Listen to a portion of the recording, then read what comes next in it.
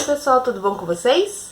Hoje nós vamos dar continuidade à leitura de Rainha de Catwe, do Tim Crothers, a história aí da Fiona Mutesi, que eu iniciei ontem lendo o prólogo. Então hoje nós vamos ver o capítulo 1, tá bom? Antes de mais nada, eu vou pedir que você se inscreva no canal se ainda não for inscrito, ative as notificações, que é bem importante, porque assim o YouTube te avisa sempre que tiver vídeo novo por aqui. E também já deixa seu like e o seu comentário. Se você já leu Rainha de Catwe, deixa aqui para eu saber se você curtiu. E se você está acompanhando a leitura comigo também, deixa aqui embaixo para eu saber. Belezinha? Me siga lá nas redes sociais também. Deixo sempre aqui na descrição e aqui embaixo, tá bom? E o link na descrição, né? O link aqui para compra desse livro lá na Amazon com o meu link. E dá aquela força pra mim, tá bom?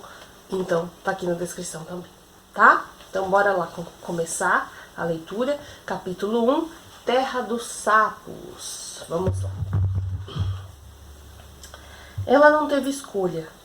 Nakito Jamidar teve 4 filhos, sem ser casada, incluindo gêmeos que morreram durante o parto. E não foi mais bem-vinda na casa de seus pais, na pequena vila ugandense de Namilyango.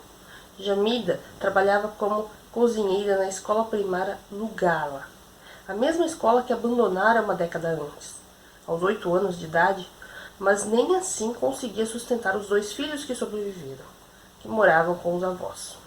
O pai dos filhos de Jamida, que mantinha relacionamento com diversas outras mulheres, havia sido soldado e era um bêbado violento que com frequência agredia fisicamente Jamida, até ela finalmente deixá-lo. Então um dia ele chegou à escola, no gala, bêbado e raivoso, e chutou uma panela cheia de mingau fervendo em cima de Jamida, causando-lhe queimaduras graves. Jamida temia por sua vida. Ela precisava ir embora. Quando Jamida chegou a Kampala, a vasta, congestionada e empoeirada capital, em 1971, Uganda estava uma bagunça e prestes a ficar ainda pior.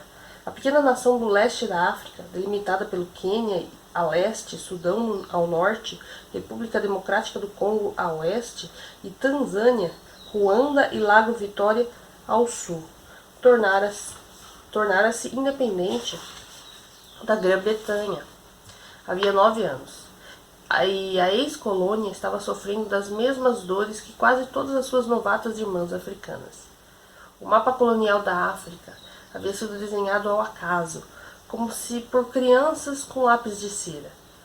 As 4 tribos principais de Uganda, que não compartilhavam sua cultura, língua nem costumes, mas que previamente haviam sido ligadas por um inimigo colonial em comum, não conseguiam mais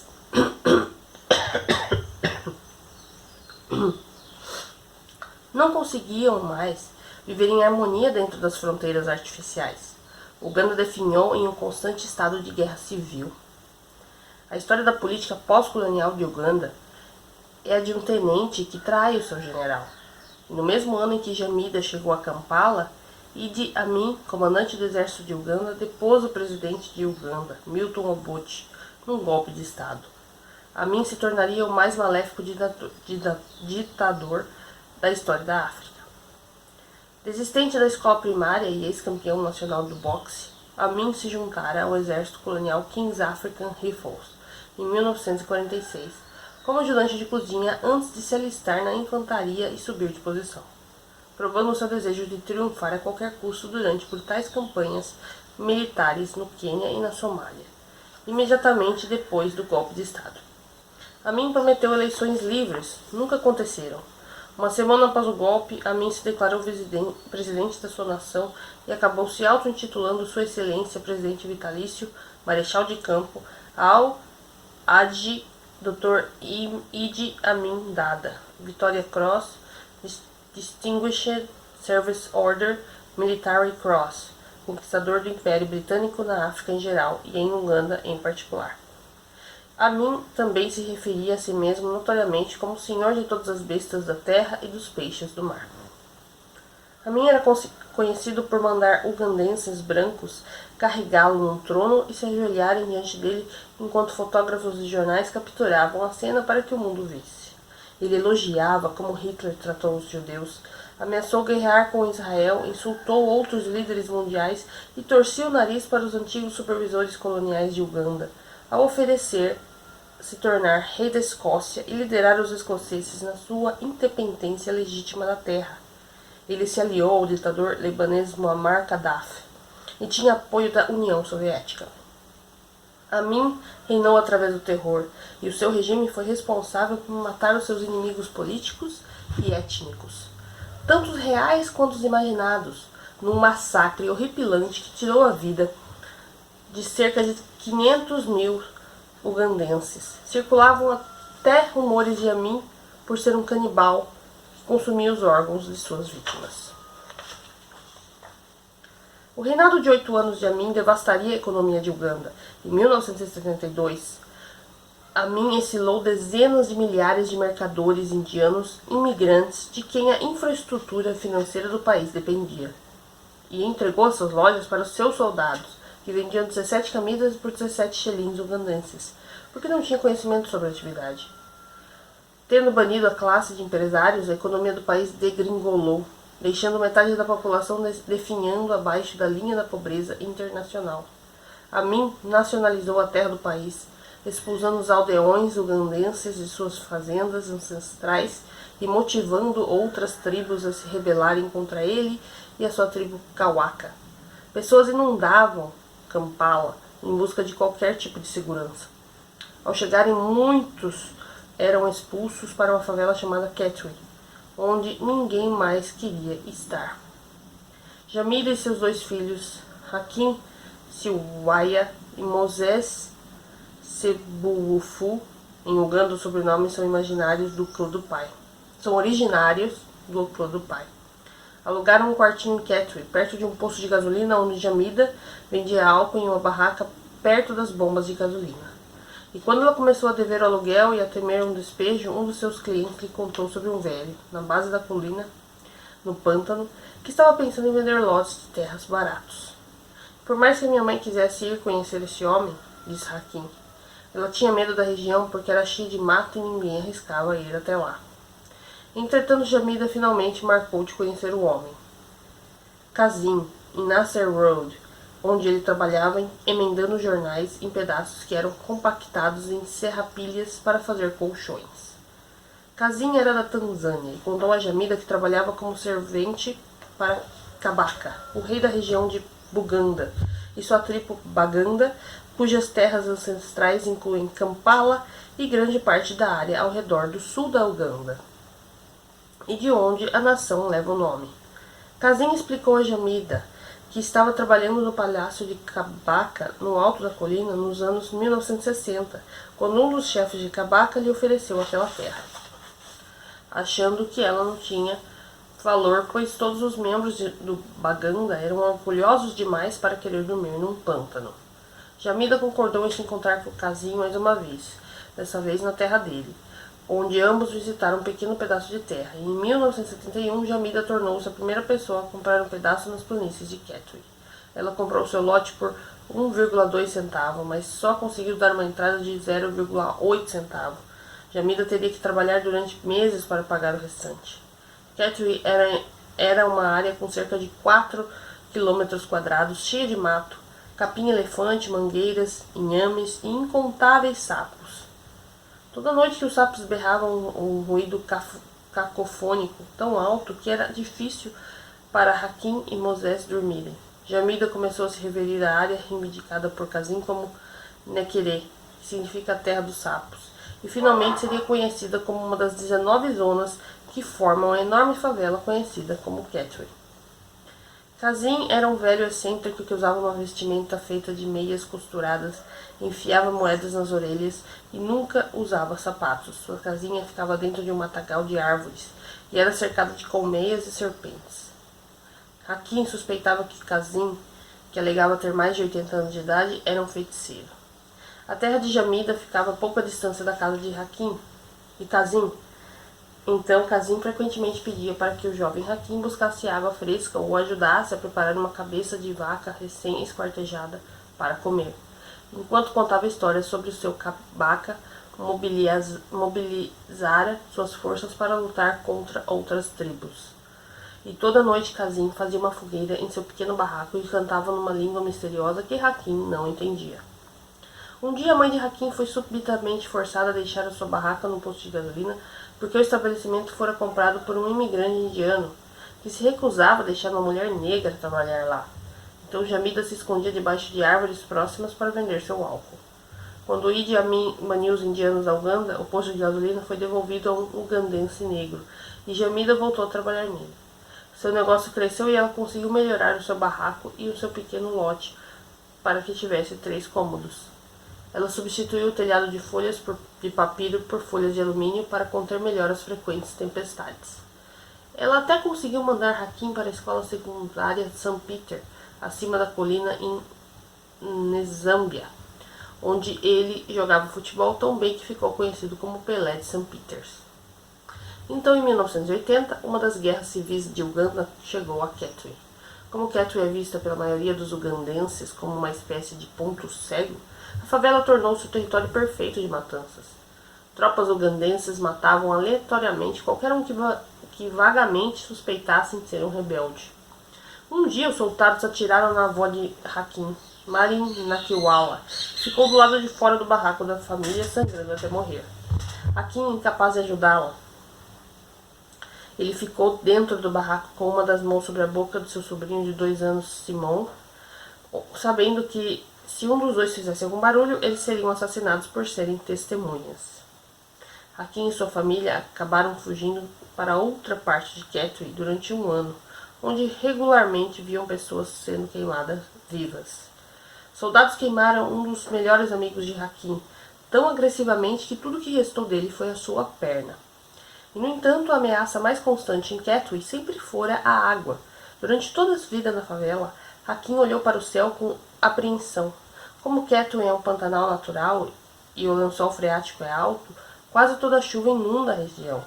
Às vezes as enchentes subiam tanto que Hakim precisava subir no telhado, e podiam-se passar dias antes de poder entrar em casa de novo para pensar em fugir. Jamida, que morreu em 1994, acabou tendo 10 filhos de 3 pais diferentes, mas apenas Hakim e Moses sobreviveram. Hakim trabalha para uma companhia de táxis e continua tão desesperadamente pobre quanto no dia em que chegou à favela. Sua esposa abandonou ele e a seus 6 filhos, alguns anos antes, depois de uma enchente particularmente grande que submergiu completamente sua casa durante diversos dias. Mas Hakim ficou, porque aquele é o único lar que ele conheceu. Eu me sinto tão preocupado com o futuro da minha família que toda vez que eu deito a cabeça no travesseiro para dormir, o sono não vem, conta Hakim. Preciso usar camisas rasgadas para economizar o que conseguir para a família. O que mais me tira do sério é não ter nada para meus filhos. Quando eu morrer, não sei como eles vão continuar. Já na manhã seguinte, eles não conseguirão nem comprar açúcar. Hakim Sewaya acredita ter cerca de 48 anos de idade e morar em Kitwe há 4 décadas. Durante seus primeiros 15 anos, lá ele viu 10 diferentes transições de poder no governo de Uganda. Cada vez que um novo líder assumia, integrantes de sua tribo entravam em Kitwe esperando tirar vantagem por ter um de seus companheiros da tribo no poder. E finalmente, em 1986, em mais um golpe, Yoweri Museveni tornou-se presidente e permaneceu naquela posição desde então. O povo de Uganda ficou um pouco satisfeito, mas estava cansado de rebeliões e guerras como agentes de mudança ineficazes. E quando a guerra acabou em 1986, as pessoas começaram a fugir de volta para o Nekere, diz Hakim. Muitas pessoas tinham fugido da região para outro lugar de Kitwe por causa da guerra, mas assim que perceberam que as lutas haviam terminado, elas voltaram. Parecia que havia um partido como indivíduos, mas voltando em 3. Você pode se perguntar por que tantas pessoas viveriam naquele tipo de lugar miserável e não iriam embora? Porque é um lugar cheio de pessoas sem outro lugar para ir. Eles vieram. Quando Kazim morreu, ele havia vendido toda a sua terra, de pequeno lote em pequeno lote, para centenas de propriedades diferentes, até quase não haver mais espaço para enterrá-lo. Seu túmulo agora é uma vala de esgoto. Pessoas de aldeias remotas de toda a Uganda iam para Kampala porque acreditavam que a vida era melhor na cidade, onde tinham acesso à eletricidade e melhores hospitais e escolas. Elas iam porque há um limite de vezes em que a terra de um ancestral pode ser doada para os filhos de uma nova geração, antes de não haver mais terra para cultivar, ou simplesmente porque Idi Amin tomara suas terras e elas não conseguiriam recuperá-las. Vinham porque descobriram que a ajuda estrangeira chega antes dos habitantes da cidade, chega antes aos habitantes da cidade, e muitas vezes jamais chega às partes rurais. Vinham para escapar das guerras que geralmente eram travadas no matagal. Vinham em busca do tratamento para a AIDS, que em seu apogeu havia atingido aproximadamente 15% da população adulta de Uganda, disseminada em grande parte através do sexo sem proteção. Eles vinham porque não existia dinheiro nas aldeias e se sentiam de certa forma ricos ao tocar em alguns shillings todos os dias, mesmo que ganhassem menos que o necessário para sobreviver. Então elas vinham. Mas e depois? É uma armadilha? Diz John Michael Mujerga, um bispo pentecostal e nativo de Uganda que trabalhou em Kitwe por quase 3 décadas. Você abandona sua aldeia com grandes sonhos porque associa tudo que é bom e agradável e próspero com a cidade. E as pessoas fazem qualquer coisa para chegar a ela, só para então descobrir que não era bem como pensava. Dinheiro não nasce em árvores em Kampala. A armadilha é, quando você sai da aldeia para ir à cidade, você fez uma promessa a todos em casa em que vai ter uma vida melhor. E muitas vezes vendeu tudo o que tinha para vir, então não há nada para o que voltar.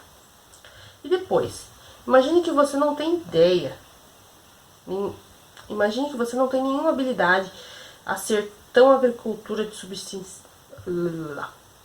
Imagine que você não tem nenhuma habilidade a não ser agricultura de subsistência, cuidar da terra, plantar sementes, tirar ervas daninhas e que não teve educação formal, nem aprendeu outras habilidades que sirvam na cidade. Continua Mujerra. Quando você chega a Kampala, se torna quase um fugitivo, não por ter feito algo de errado, mas porque não tem nada para fazer. Então precisa ir a algum lugar, onde não será facilmente detectado e não cairá nas mãos erradas da lei. Geralmente isso vai te levar a um lugar onde a vida é obscura, onde ninguém vai perguntar quem é você ou de onde veio, nem sequer notar que você existe. Então eles vinham e ficavam, e precisavam de um lugar onde se perder. Kitwe. A maior das 8 favelas em Kampala, Kitwe, é um dos piores lugares do planeta. A favela frequentemente está tão inundada que muitos dos seus habitantes dormem em redes suspensas próximas a seus telhados para não afogarem. O esgoto corre pelas valas que margeiam os becos da favela e as enchentes o carregam para dentro dos barracos das pessoas. Os dejetos humanos da cidade vizinha de Kampala também são despejados diretamente em Kitwe. Não há serviço sanitário. Há moscas por toda parte e o mau cheiro é repugnante. Quando não está inundada, a terra de Kitwe é cheia de sujeira, imunda de esgoto. Nada cresce ali. Cachorros de rua, ratos e gado competem com os humanos para sobreviver num espaço confinado que se torna mais cheio a cada dia. Existem lares em qualquer lugar que tenha um espacinho para construir uma cabana improvisada, pelo menos até um empreiteiro decidir que a terra pode ter algum valor e a área ser incendiada. Pessoas são despejadas de suas habitações através de um incêndio controlado. Em Kitwe, dizem que a água corrente é a água que você tem que correr pela favela para buscar, seja de um poço comunitário sujo ou de uma poça fétida. Eletricidade é cara demais para a maioria dos residentes de Kitwe. Isso quando é acessível. Senhorios aparecem periodicamente com seu saco cheio de cadeados e qualquer um que não consiga pagar o aluguel é trancado fora de casa. Kitwe não tem placas da rua, nenhum endereço. É um labirinto de becos esburacados e cabanas dilapidadas. É um lugar onde o tempo é medido através da sombra de seu corpo projeta no chão. Não existem relógios nem calendários. Como fica a apenas alguns graus da linha do Equador, Kitwe não tem estações, o que amplifica a repetitiva, quase apática natureza do cotidiano. Cada dia é exatamente como o seguinte, e a sobrevivência em Catway depende da coragem e determinação, assim como astúcia e sorte. Durante o regime de Amin, quando Uganda passou por um embargo de comércio exterior, Catway ficou conhecida como uma meca para peças de reposição. Qualquer coisa que pudesse ser vendida no mercado negro podia ser encontrada em Catway, onde as pessoas desenvolveram uma desenvoltura vital em meio à escassez. Se você mora em Catway, o restante da população de Uganda prefere que você continue lá. Nos bairros mais estáveis que cercam Catway, casas e postos de gasolina e supermercados são patrulhados por seguranças uniformizados com a AK-47. Os arranha-céus do centro de Kampala podem ser vistos de qualquer habitação de Catway, e apenas alguns passos de distância. As crianças da favela se aventuram para a cidade diariamente para pedir esmolas ou furtar, e em seguida voltam para Catway à noite para dormir. Em Catway a vida é tão transitória que frequentemente é difícil identificar quais crianças pertencem a quais adultos. É uma população de mães solteiras e seus filhos espalhados aleatoriamente pelos barracos. Todos estão sempre se mudando, mas ninguém jamais vai embora. Dizem que se você nasce em Catway, morre em Catway. Mortes por doença, violência, fome ou abandono afetam a todos na favela. Mas tragédias individuais não recebem atenção, considerando que ocorrem com tamanha frequência. A maior parte das crianças de Catway não tem pai, e os homens em suas vidas muitas vezes batem ou abusam delas. As mulheres de Catway não são valorizadas pelos homens por muita coisa além de sexo e cuidar dos filhos. Muitas das mulheres na favela são profissionais do sexo que acabam engravidando, mas não podem parar de trabalhar. Elas precisam deixar seus filhos trancados no barraco à noite, e não é incomum voltarem para casa de manhã e descobrirem que seus filhos se afogaram numa enchente ou morreram num incêndio após esbarrarem na lâmpada de querosene que estavam usando como luz noturna. O bispo Mujerwa estima que quase metade de todas as adolescentes de Catway já sejam mães, devido a uma grande parte à falta de acesso a métodos de controle de natalidade em Catway e suas favelas vizinhas. Uganda é agora o país mais jovem do mundo, com uma idade média de 14 anos. A prodigiosa natalidade produz legiões de jovens sem uma infraestrutura forte o suficiente para criá-los ou educá-los. Muitos se tornam desabrigados, sem esperanças, achando que se desaparecessem, ninguém sequer sentiria sua falta. A juventude de Catway enfrenta um estigma esmagador, uma sensação de derrota e uma resignação de que jamais se sairão melhor do que os outros na favela. Sucesso é secundário à sobrevivência. O que nós temos são crianças criando crianças, de Mujerwa. Isso é conhecido como uma corrente de pobreza. A mãe solteira não consegue sustentar a casa, seus filhos vão para as ruas e tem mais filhos, e não tem capacidade de cuidar dessas novas crianças. É um ciclo de miséria quase impossível de quebrar. Quando Harriet Naku chegou a Catway, em 1980, a confusão de barracos decrépitos, entupidos de gente, e até onde a vista podia alcançar, em todas as direções. Não havia mais sapos. Harriet Naku não foi desejada, não foi planejada, um erro, como tantas outras crianças de Uganda. Se é que é razoável chamar uma criança nascida sem nenhum método contraceptivo de erro. Melhor dizer que Harriet foi uma criança que seus pais desejavam e não tivesse sido concebida. Sua mãe, Kevina Nyanzi, não era casada com seu pai, Livingstone Kikosi, que tinha diversas outras esposas. Nyanzi costumava se encontrar com Kikosi secretamente. Um desses encontros gerou Harriet. Harriet nasceu em Sita, aldeia de seu pai, a 15 quilômetros de Kampala. Harriet acredita que tenha sido por volta de 1969. Como era uma criança ilegítima, Harriet nasceu na casa da irmã de Nyanzi. Nyanzi se mudou então com Harriet para a casa de sua tia na aldeia vizinha de Nantabulihirwa. Harriet lá ficou com sua mãe até os cerca de 6 anos de idade e estar pronta para ir à escola, e foi quando Nyanzi devolveu a garota ao pai porque não podia pagar pela escola da filha. Fiquei na casa do meu pai com os meus irmãos e irmãs de criação, e meu pai costumava nos deixar lá com a madrasta durante semanas sem suporte algum, porque ele costumava sustentar suas outras mulheres em outros lugares, diz Harriet. Meu pai era um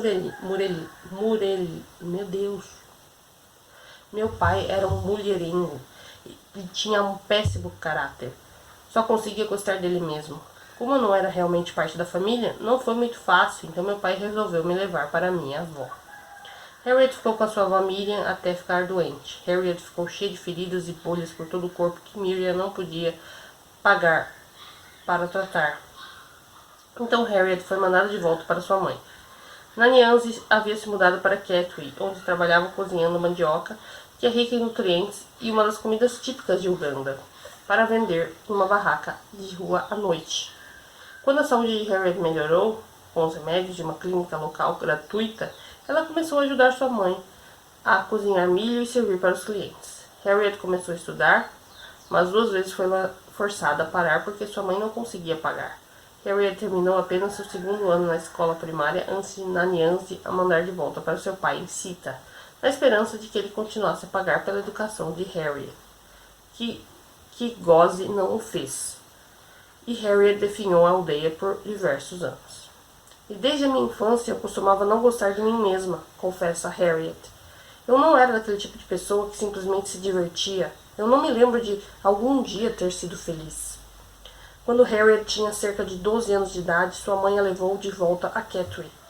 Harriet começou o ciclo entrando e saindo da escola, constantemente prejudicada pela falta de fundos, até finalmente sair de vez durante o 4º ano da escola primária, conhecido em Uganda como P4. Quando era criança e estava na escola, tinha vontade de ser enfermeira, relata Harriet. Sempre as admirei. A roupa que elas vestiam, o estilo de vida que tinham, eu admirava tudo nelas. Fiquei muito triste quando tive que abandonar os estudos.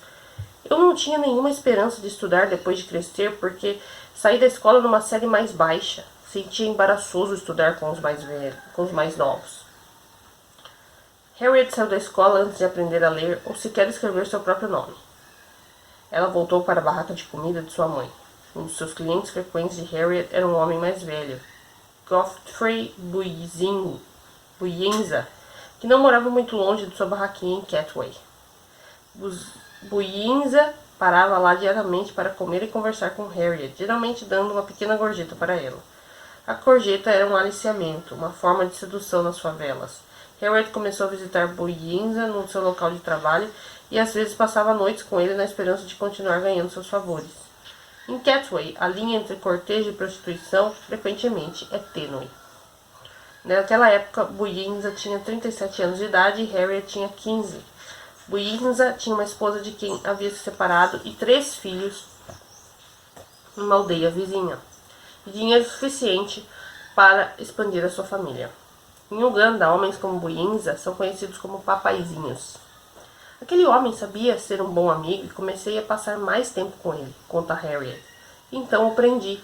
Acho que haviam se passado 6 meses que eu esperava encontrando e não foi que então que eu engravidei.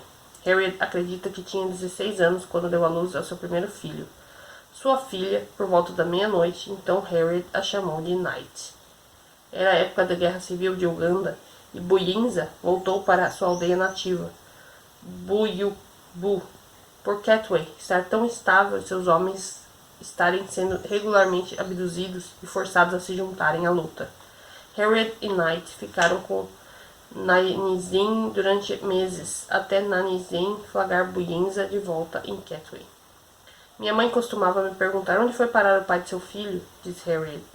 Então, quando o homem voltou, minha mãe me expulsou e precisei de morar com o homem. Buyinza alugou uma casa nos arredores de Kitwe, ao longo de Salama Road, e os 3 se mudaram com uma família quando Knight tinha cerca de 1 ano de idade. Buyinza trabalhava como soldador. Harriet conseguiu um emprego numa escola primária chamada New African Child, onde fazia mingau e vendia comida na cantina da escola. A princípio, a situação não estava tão ruim. Apesar de não estarmos bem de vida, pelo menos conseguíamos alguns dos requisitos básicos para a sobrevivência, diz Harriet. Vivíamos bem em nossa casa e às vezes ele conseguia me levar para visitar a sua aldeia natal. Ele não causava muita encrenca porque não era viciado em drogas, não fumava e nem bebia. Era apenas fã de futebol. E naquela época estávamos todos saudáveis. Para mim, era uma vida boa. Durante os 10 anos seguintes em Salama Road, Harriet deu à luz a mais 3 crianças: Juliet, Brian e Fiona. Boinza se mostrou um pai dedicado que frequentemente ia em casa na hora do almoço e levava seus filhos para comer. E lhes dava um doce de cana de presente de uma barraquinha de rua. À noite a família ia às vezes ao video hall ver um filme ou dar uma caminhada para assistir a um jogo de futebol na vizinhança. Uma coisa que sempre lembro a respeito do nosso pai é que ele nos amava muito, conta Brian. À noite eu costumava escutá-lo conversando com a nossa mãe sobre o quanto ele gostava de passar tempo com a gente. 2 meses após dar à luz ao seu 5º filho, Richard, Harriet notou que a aparência de Boinza começara a mudar. Ele estava ficando esquálido. Ele parou de comer. Fiquei preocupada e perguntei a ele: está doente? Não precisa ir ao hospital? Ele não me contava nada. Ele dizia: está tudo bem, mas ele só piorava. Então um dia ele desapareceu. Eu não tinha ideia de onde ele estava. Ele nos deixou sem nada, além do dinheiro para um dia. Fiquei magoada porque ele me dissera que não estava doente, então achei simplesmente que havia nos abandonado. Harriet pensou em Salama Road sem seu marido. O aluguel não estava sendo pago, e como ela largara seu emprego durante a gravidez, Harriet não tinha mais renda. Ela finalmente foi despejada e levou as crianças para a casa de sua mãe. Harriet vendeu os despertences da família para alimentar os seus filhos. Um dia na primavera de 1999, cerca de 3 meses depois que Boinza partir, Harriet recebeu a visita de uma das filhas de Boinza do seu primeiro casamento, que revelou a Harriet que seu marido estava gravemente doente. A filha disse que Boinza estava de volta em sua aldeia natal e que Harriet e seus filhos precisavam ir para lá imediatamente, e então ela deu a Harriet algum dinheiro para levar a família até Buyubu. Todos ficaram chocados com a rapidez com que Boinza se deteriorara. Ele parecia um cadáver ambulante, sem conseguir falar, apenas capaz de choramingar quando estendia uma das mãos para tocar seu bebê Richard. Quando cheguei à aldeia, nem consegui reconhecer se ele era meu marido, de tão magro que estava, diz Harriet. Tentei cuidar dele, mas a situação estava perdida. Naquele momento me dei conta de que ele estava com AIDS. Boinza sabia que estava morrendo de AIDS e não conseguiu contar a Harriet por temer a reação dela ao imaginar que poderia ter contraído a doença também. E 4 dias após a sua esposa e seus filhos chegarem a Buyubu, Godsey Buzinga morreu. Depois do enterro, a família do meu marido me disse que eu não tinha condições de cuidar das crianças, conta Harriet. Inicialmente, recusei, mas eles me convenceram a deixar as crianças lá para terem alguma estabilidade e eu poder voltar a Catway sozinha para planejar o que poderíamos fazer. Então Harriet voltou para Kampala com Richard. Ela estava de volta a Catway há apenas 3 semanas quando a filha de Boinza apareceu mais uma vez para chamar Harriet a Buyubu porque a sua segunda filha Juliet tinha ficado doente. Quando Harriet chegou, Juliet já estava morta. Talvez Juliet tenha ficado chocada com a morte de seu pai porque o amava muito, supõe Harriet. Pode ter sido malária, mas acredito que ela não queria continuar vivendo sem ele. Juliet foi enterrada ao lado de seu pai no cemitério da família em Buyubu. Harriet buscou o restante da sua família e os levou de volta para o barraco de sua mãe na favela. Harriet temia por sua vida. Ela acreditava também ter AIDS e se perguntava se viveria bastante para criar seus 4 filhos sobreviventes. Harriet começara até mesmo a considerar suicídio em vez de sofrer do mesmo terrível destino que seu marido. E na primeira noite da família de volta a Catway, Harriet se aninhou com Knight, Brian, Fiona e Richard no chão de terra no barraco de sua mãe. Se é para eu morrer, sussurrou ela para eles, que eu possa morrer com vocês, meus filhos. E concluímos então o capítulo 1 aqui da história. Gente, que história, hein? Vai ser emocionante, eu já esperava por isso, tá? E, né, eu me deparei aí com a pronúncia correta aqui, né, do nome da favela, que é Catway, que tem aqui da pronúncia. Gente, muito legal, eu espero que vocês curtam aí essa leitura, tá? Já peço desculpa por possíveis barulhos, cachorros, enfim, porque é uma loucura isso aqui, né? E E é isso, gente. Amanhã eu volto com a leitura do capítulo 2, que se chama Catende. Catende. A gente vai descobrindo, entendeu? A pronúncia das coisas. Que são, né? Enfim, é um capítulo até grandinho. É da página 32 até a página 58, tá bom? Então, amanhã eu volto então com a leitura de Catende, capítulo 2, tá bom? Um beijo muito especial pra você. E não se esquece, gente, dia 20 nós temos uma live aqui a partir das 6h30 da tarde com as minhas amigas Safira, Laís e Manu e também convidadas especiais, tá bom? Eu vou sortear uma camiseta exclusiva aqui do canal, tá bom? Que eu fiz especialmente para essa live, então é super exclusiva, você não encontra em lugar nenhum para comprar, e é lá com a minha parceira, a Sugoi. Então, precisou dos personalizados, precisou do que você quiser, personalizado, camiseta, adesivo, caneta, caneca, enfim, que bolsa agora também, super legal, vai lá na Sugoi. Deixo aqui na descrição todos os links para você entrar em contato com a Sugoi, e também o link para você adquirir esse livro aqui lá na Amazon. Belezinha? Um beijo muito especial, pessoal, e até amanhã com o capítulo 2 de Rainha de Catway. Beijo!